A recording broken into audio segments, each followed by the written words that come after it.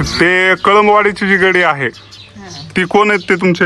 आमची भावकीच आहे तिथे. भावकीच आहे ना. एकाला तिथला परगाणा दिला आणि एकाला ती काय माहिती हो तिथलं आपल्याला.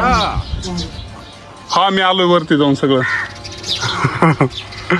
आजीला काहीच माहित नाही. नंबर कोणाचा भेटेल का आम्हाला, जे समजा थोडस त्यांना माहिती आहे असा इतिहास? नाही ते. कोणाचाच नाही भेटणार. हं. ओके चालतंय. धन्यवाद आजी, दिलेल्या माहितीबद्दल आभारी आहे. इथून मित्रांनो गडीचा परिसर चालू होतो. आता या गडीच्या शेजारीच मोठी बिल्डिंग वगैरे त्यानंतरच्या काळातील आपल्याला पाहायला मिळतात. हा एक बुरुज आहे. गडीचं जे मुख्य द्वार आहे, फ्रंट बाजू ज्याला आपण म्हणतो, ते आपल्याला समोरच्या बाजूला पाहायला मिळते.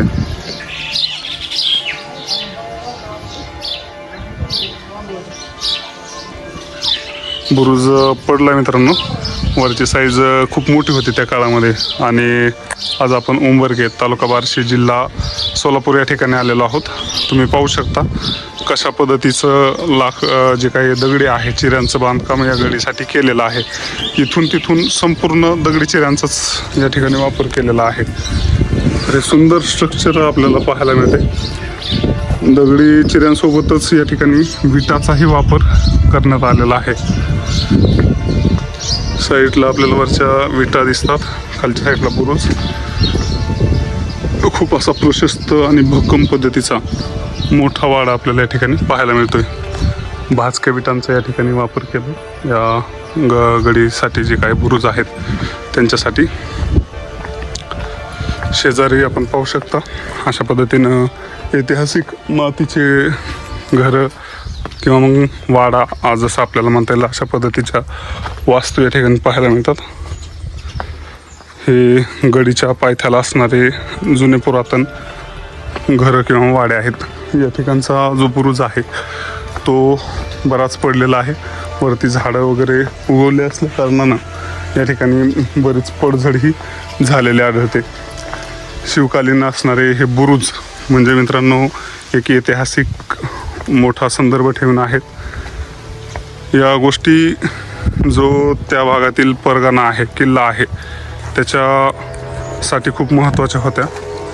ज्यावेळेस एखादा किल्ला लढवायचा असेल तर शत्रू सैन्य आपल्याला जो थोपवायचा असेल, आपल्या मुलखामध्ये येऊ द्यायचं नसेल, तर अशा पद्धतीच्या गड्यांचा वापर केला जायचा. इथं आपल्याला काहीतरी एक मोठी वास्तू पाहायला मिळते, जी की खूप पुरातन आहे. गोबर गॅस अलीकडल्या काळातील असू शकतो. तर हा गडीचा वरचा भाग आहे. पाहू शकता जो गडीचा बुरुज आहे, हाही बुरुज थोडासा ढासळण्याच्या कंडिशन्समध्ये आपल्याला पाहायला मिळतोय. मी धारूरच्या शेजारी, गोपाळपूरचा. हां, बीड. काय नाव आहे तुमचं? हां, नाव पाटील. लक्ष्मी व्यंकटराव पाटील. मुंडे आडनाव लावतात का पाटील लावतात? मुंडे लावतात. आता तर पाटील सांगितलं ना तुम्ही, म्हणलात ना पाटील म्हणून.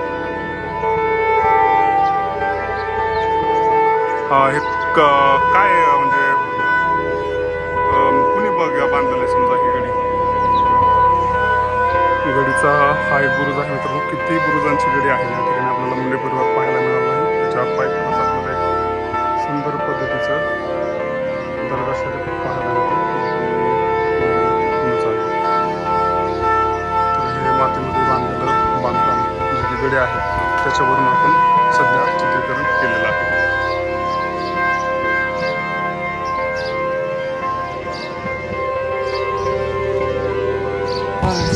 हा ते आहे, आपल्यासाठी महत्वाचं आहे. कोणाचं आहे सर हे? हे मुंडे पाटलांचं आहे. मी सांगतो ना तुम्हाला. तर खूप मोठी गडी मित्रांनो या ठिकाणी. हा यूट्यूबला चॅनल आहे.